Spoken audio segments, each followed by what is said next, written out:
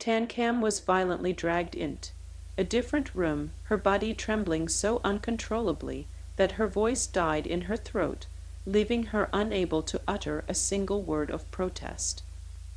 As she struggled to steady her frantic heart, bit and clear her blurred vision, she looked back at the person who had seized her. It was an old man, withered and skeletal, his skin like parched parchment and his hair, a shocking ghostly white. He clamped his gnarled hand tightly over her mouth, his eyes burning with an intense urgency as he signaled for her to remain absolutely silent. He pressed his ear against the cold, damp wall, listening with bated breath for any movement or spectral echoes from the horrors lurking outside. Then he began to slowly, cautiously pull her along. Tancam resisted at first, her heart heavy with desperation and guilt, because Kaluang was still trapped back there facing the unknown in that cursed library. He will be fine. He possesses the crimson circlet of protection. Nothing in this realm can truly harm him. The old man whispered, his voice rasping like dry leaves, sounding as if he were reading the secret, frantic thoughts etched in Tancam's mind. We must move quickly now, for if those things catch us, I will not have the strength to fight them off. Hurry, we must seize the opportunity while they are still suppressed and bound by the power of the crimson circlet. Tancam forced her trembling legs to stand, and she began to run for her life, her breath coming in ragged, panicked gasps. Along the path, she saw a harrowing sight that chilled her to the bone: piles of corpses, their flesh cold gray and twisted in agony. When she had first arrived at the library, these bodies had not been there. It became clear to her then that this entire place had been under the malevolent control of spirits for a long time. They were merely lying in wait, casting an illusion of normalcy until she walked blindly into their trap. She fled that spectral library through a narrow, winding staircase tucked away at the back entrance. Only when she stepped outside did she realize that the sky had collapsed into a suffocating, unnatural darkness. It seemed that time inside the library had been twisted and dilated by the ghosts. She felt as though she had only been inside for a flitting moment, but in reality hours had bled away into the night. She had stepped into another dimension, a pocket of existence where time, people, and the very landscape were utterly alien to the world she lived in. The old man paid no heed to her confusion. He simply ran, sprinting tirelessly into the gloom ahead, his frail frame moving with an impossible speed. She struggled to keep pace with him, her lungs burning back. Please tell me, is he really going to be all right? You mean your lover back there, don't you? He replied without looking back, his voice carrying through the wind. He is naturally safe because he is a descendant of the Ka family. Furthermore, he carries the crimson circlet to ward off evil there, for no spirit can touch him. Even I find it difficult to approach him because of that power, let alone those wretched things. Hearing his answer, Tancam's face burned with a sudden unbidden heat. She couldn't understand why this stranger would think Kaluang was her lover. Swallowing her embarrassment, she called out again, "Back, who are you? How do you know all of this?" The old man did not answer. He just kept running, his silhouette flickering like a shadow against the dark trees. They ran for what felt like an eternity, weaving through several sharp turns and hidden paths, until they reached an incredibly silent, desolate tomb complex.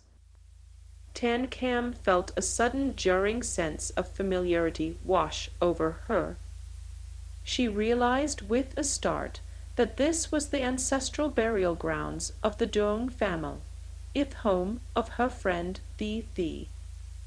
When they were children, Thi used to lead her here to play among the stones. This tomb area was hauntingly beautiful, the final resting place for generations of the Doong bloodline. This old man had to be back, lithe grave keeper. She remembered him being very old even back, then yet as the years had passed, he hadn't seemed to age a single day. No wonder she had felt such an instinctive sense of closeness and safety when she first saw him. Suddenly the heavy stone gates of the tomb creaked open, and she and Back Lai hurried inside.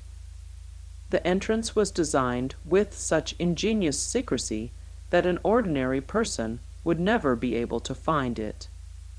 Years ago, she and Thi would often skip school to hide away here, sheltered by the high walls. They loved the rare fragrant flowers and the strange exotic grasses that grew among the monuments. Although it was a tomb, it lacked the morbid dread of a common cemetery. Instead, it felt oddly tranquil, even pleasant, filled with the scent of ancient earth and blooming petals. Furthermore, Back Lai had always treated them with great kindness. Standing in this place from her childhood, the memories of those innocent, carefree days came rushing back at the sound of their pure, unburdened laughter as they played under the warm sun. Overwhelmed by the contrast between those happy memories and the nightmare she was currently living, she burst into a fit of sobbing. After crying for a long while, the heavy weight in her chest began to lift. Back Lai led her into the small, dimly lit grave-keeping lodge and poured her a cup of steaming hot tea, the aroma earthy and grounding. Back, you live here all the time. How did you know I was in danger? Why did you come to save me? Though I am but a humble gravekeeper, a mere servant of the Doong family, I am one of their oldest elders. The old master treated me with a kindness as heavy as a mountain. Before he passed away and was laid to rest in these hills, he entrusted Thi to my care because he knew that in my youth I had studied the Fap-Thuth occult arts of magic. A few days ago I suddenly smelled the thick, nauseating stench of blood permeating the tombs. I sensed that something terrible had happened, but by the time I reached the house, Thi had already been ensnared and possessed by that vengeful ghost. Knowing I could do little else, I used a protective talisman to shield her body and brought her here to this sacred ground. You brought Thi here. She's here now, she gasped. Yes, I brought Thi to these catacombs. I never imagined that female ghost would be so terrifyingly powerful. The spiritual energy of all the ancestors buried here in the Doong family plot is still not enough to fully repel her. Out of desperation, I had to invite a member of the family to come and save Thi. While I was bringing a member of the family here, I was fortunate enough to encounter you. Tan Cam spoke with deep emotion, her eyes shimmering with tears. That day, you were the one who saved me at Old Man Ho's tailoring shop in the small town, weren't you? The old man nodded, a faint, sad smile flickering on his face. Then his expression suddenly soured, turning grim and displeased. I thought that by being near a member of the family, you would be safe. I never expected that the man Kadao would fail so miserably to pass down his craft to his descendants. It is unbelievable that by his generation, the family's legacy has been lost, that brat doesn't know how to do anything at all. He is useless against such darkness, so Thi is still alive back. Yes, I have placed her in the very heart of the tomb, the nexus where the spiritual essence of the Doong family is most concentrated. With so many ancestral spirits guarding her, the demon has not yet been able to destroy Thi Thee completely. "What demon are you talking about back?" The old man stood up without a word and signaled for Tan Cam to follow him into the deep center of the catacombs. The moonlight filtered down through openings in the ceiling, casting a soft, ghostly silver glow over the rows of stone coffins. They walked deeper and deeper into the earth until finally she saw Thi lying on the cold ground. A swarm of flickering fireflies hovered around her like a living, glowing shroud, their light pulsing in a rhythmic heart, bit like fashion. But the most terrifying sight was that Thi was still wearing that cursed blood-red unxamped dress that seemed to shimmer with a life of its own. Seeing the naked terror reflecting in Tan Cam's eyes back, Lai let out a heavy, weary sigh. "I have tried everything, but I have no way to remove that unxam from her. It is anchored to her soul. Many spirits of the Duong family are currently locked in a desperate struggle with that female ghost. It seems her vengeful aura is far too heavy. We might be reaching the end of our strength. Everything that has happened, the deaths, the hauntings, it's all because of that dress. Isn't it?" Tan Cam whispered. "Tell me," the old man said, his eyes narrowing, "where did you girls find that fabric?" "Thi found it in a small, isolated village called Chuangte Bac." Li's face went pale, his skin turning almost translucent in the moonlight. "Then it is as I feared. This is the Kabangkur, Seth, most venomous and malevolent of all ancient curses. The one who cast this must have harbored a hatred so deep, so absolute, that it could never be reconciled with this world. It is a curse of eternal suffering. I don't understand what's happening. My friend was killed for no reason, and I am being hunted by ghosts." As the two of them spoke, the flickering light of the fireflies suddenly began to dim, swallowed by an encroaching oily shadow. The air turned freezing, and Thi began to groan, a low guttural sound of agonizing pain that didn't sound human. "It's failing." Baklai shouted, his voice cracking with fear. "We can no longer restrain this female ghost. She is trying to kill Thi right now. Hurry." "I will perform the incantation to hold the spirit back, and while I do, you must quickly tear that unxam off her body." In the murky, suffocating darkness, Tan Cam saw a horrifying shape beginning to manifest. A dark feminine sill, yet was crawling limb by limb over this prone body. It wasn't just a ghost, it was the unxam itself, the fabric rippling like muscles, moving like a living, predatory beast. The tips of Li's fingers began to emit a faint, sickly, pale blue light that flickered like a dying candle in a drafty corridor. With a sudden, sharp motion, he pointed his hand directly at the female spectre. The ghost's long, blackened fingernails had already begun to crawl upward, inching toward this wide, terrified eyes. Tan Cam felt a surge of desperate adrenaline. She would not allow herself to lose another friend to this nightmare. She had to act now. Biting her lips so hard the metallic taste of blood filled her mouth, she lunged downward and snatched a jagged tree branch from the dirt. With every ounce of strength left in her trembling body, she thrust the wooden shard directly into the ghost's rotting face. The female spectre let out a silent, jarring scream as she staggered backward, collapsing in a heap of tattered silk beside Thi. Quick as a released arrow, Tan Cam threw herself forward, her hands clawing at the air until she gripped the wretched fabric of the ghost's burial shroud, that cursed blood-red in dress. She tore at it with a primal fury.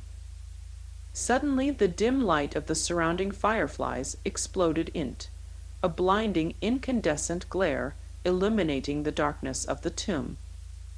In that flash of brilliance, the female ghost vanished in't, nothingness, leaving only the scent of ozone and decay behind.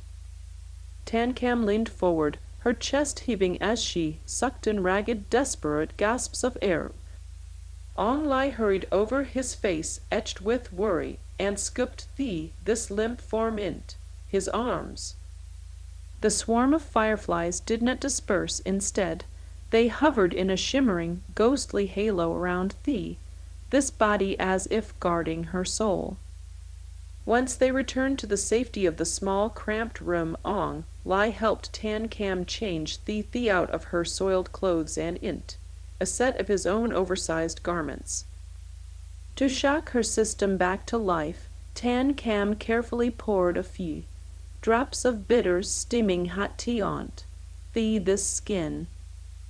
A low moan escaped the girl's lips, and finally her eyelids fluttered open. She had returned from the brink. Terrified and trembling, Thi huddled close to Tancam, burying her face in her friend's shoulder as she erupted into uncontrollable, racking sobs. It became clear that although she had been unconscious, her spirit had been tragically aware of every horrifying second. She knew exactly how Tancam had risked her own life to save her from the darkness. As the two girls gradually regained a semblance of composure, their fear turned to a desperate need for answers. They turned to Ong Lai, their voices trembling, as they asked about the origins of the Kabang curse. Kabang, Ong Lai began, his voice dropping to a gravelly whisper that seemed to echo off the damp walls, is the most malevolent and obsidian of all curses. The sorcerers who craft such hex dwell only in the deepest, most suffocating reaches of the forest.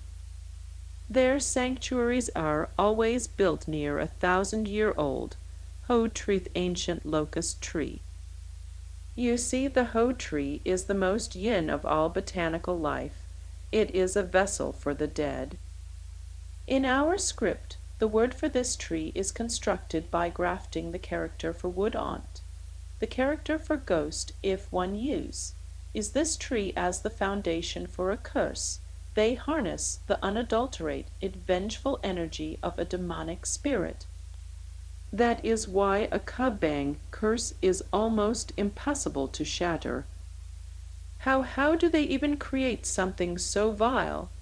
Tancam asked, her voice barely a whisper. I have only heard the legends passed down through centuries, Ong Lai replied, his eyes dark with the weight of the story.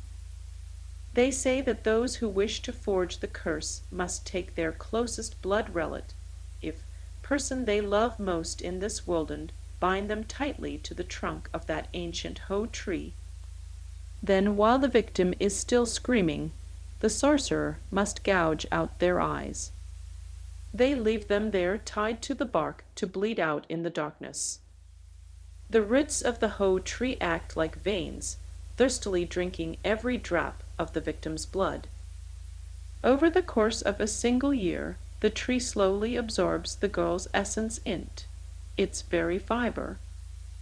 A girl, Thi stammered, her face turning ashen. Yes, Ong Lai nodded grimly. The sacrifice chosen for the Kabang must be a pure, virginal maiden. If she is not, the ancient Ho-Tree will refuse to consume the resentment and the agony of her soul.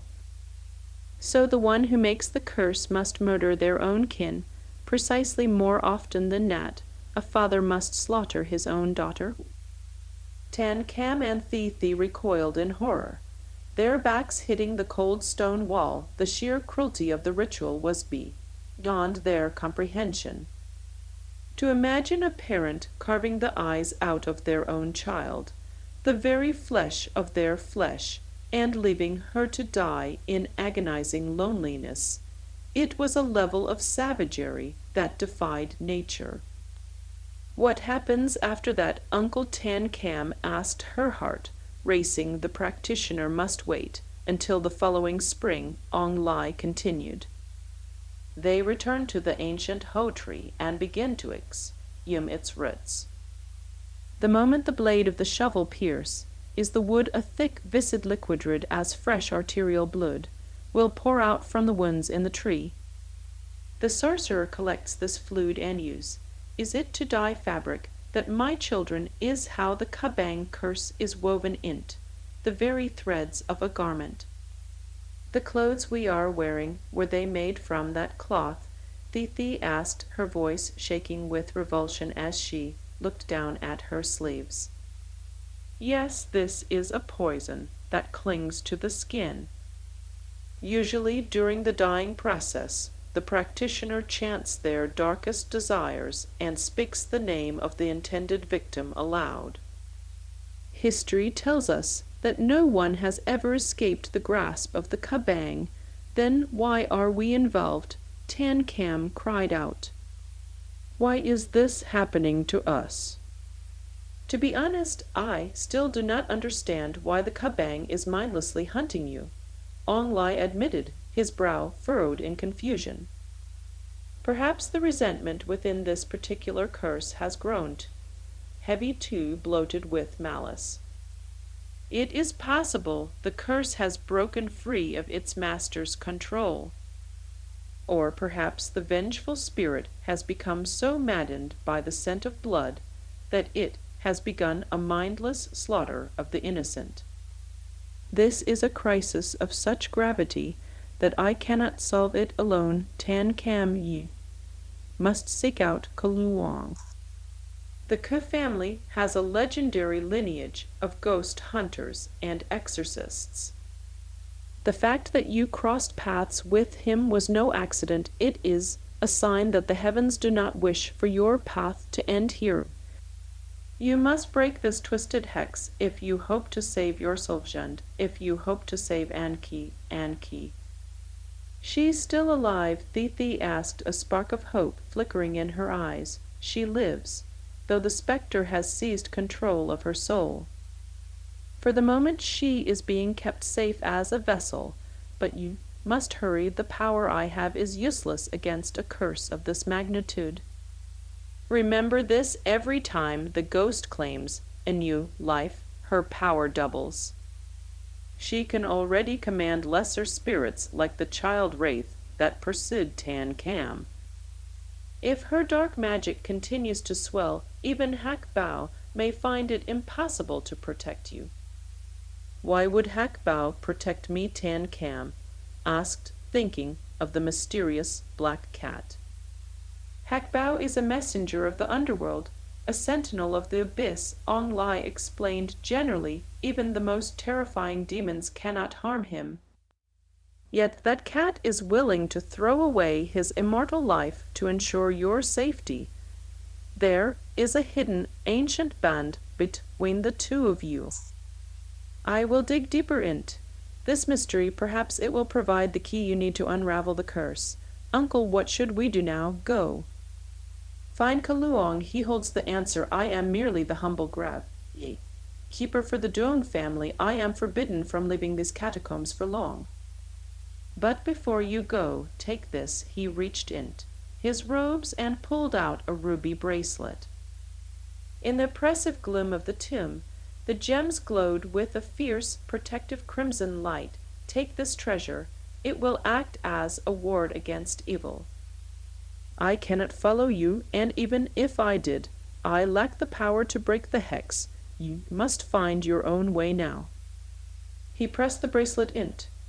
This hand, go quickly. Time is a luxury you no longer possess. That female ghost is now in a state of blood frenzy, butchering anyone in her path. If you do not find a way to bind her sin, it won't just be Yao.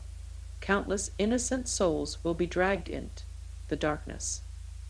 And warn that young brat Kaluang. Tell him to focus on his incantations and master his spells immediately.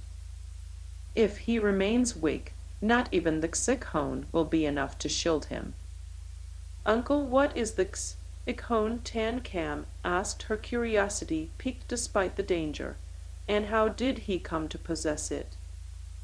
The Xic is that earring he wear, a priceless artifact in the world of sorcery. As long as he wears it, common ghosts are physically unable to approach him. However, I cannot say for certain if the Xic power can withstand the agony of the kabang. Regardless, tell him he must never take it off. With those final words, they began their ascent out of the suffocating depths of the tomb. The two friends, having narrowly cheated death, emerged into the night air. Behind them they could feel Ongley's lingering gaze, filled with a bitterness, with longing and a silent prayer for their survival. Gripping each other's hands with white-knuckled intensity, they stepped away from the grave and into the haunting unknown.